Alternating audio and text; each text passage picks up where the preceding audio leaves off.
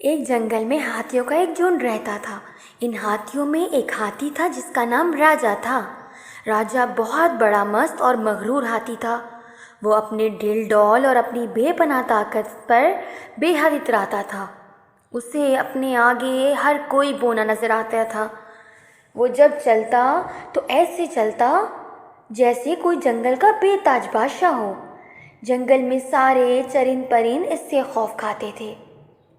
جب وہ سویرے سویرے چیختا چنگھاڑتے ہوئے جنگل سے گزرتا تھا، جنگل کے سارے جانور بدحواس ہو کر اپنے اپنے بلوں میں گھس جاتے تھے۔ وہ جدھر سے گزرتا تھا سارے پیڑ پودے اکھاڑ دیتا۔ جنگل کے سبھی جانور اس بدمست ہاتھی بڑے دکھی اور پریشان تھے۔ سبھی جانور اس ہاتھی کے آگے اپنے آپ کو بے بس اور کمزور پاتے تھے۔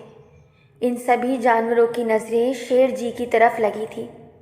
ایک دن سب مل کر شیر جی کے پاس چلے گئے اور شیر نے شیر سے فریاد کی۔ راجا اپنی طاقت کے نشے میں اس قدر چور تھا، وہ اپنے جھنڈ میں رہنے والے ہاتھیوں پر بھی کبھی کبھی قہر برسانے لگتا تھا۔ اس کے سامنے کسی بھی ہاتھی کو سونڈ اٹھانے کی اجازت نہ تھی۔ ہاتھی ہو یا ہتھیاں، سب اس کے سامنے سونڈ جھکا کر کھڑی رہتی تھی۔ ایک بار ہاتھی کے ایک بچے نے اس کے سونڈ سے کھیلنے کی حماقت کی تو اس نے غصے سے بے قابو ہو کر اس کی جان نکال لی۔ ایسا موذی تھا وہ۔ ایک دن پتہ نہیں اسے کس بات پر غصہ آیا کہ اس نے جنگل میں اس قدر توڑ پھوڑ کی کہ سینکڑوں پیڑ زمین بوس ہو گئے۔ بہت سارے جنگلی جانوروں کو گھاس کے لالے پڑنے لگے۔ وہ یہ علاقہ چھوڑ کر ادھر ادھر بھٹکنے پر مجبور ہو گئے۔ کئی جانور بھوک سے مر گئے۔ کئی کمزور جانور چٹیل میدان میں آ کر گدھے اور عقابوں کے قہر کا شکار ہو گئے۔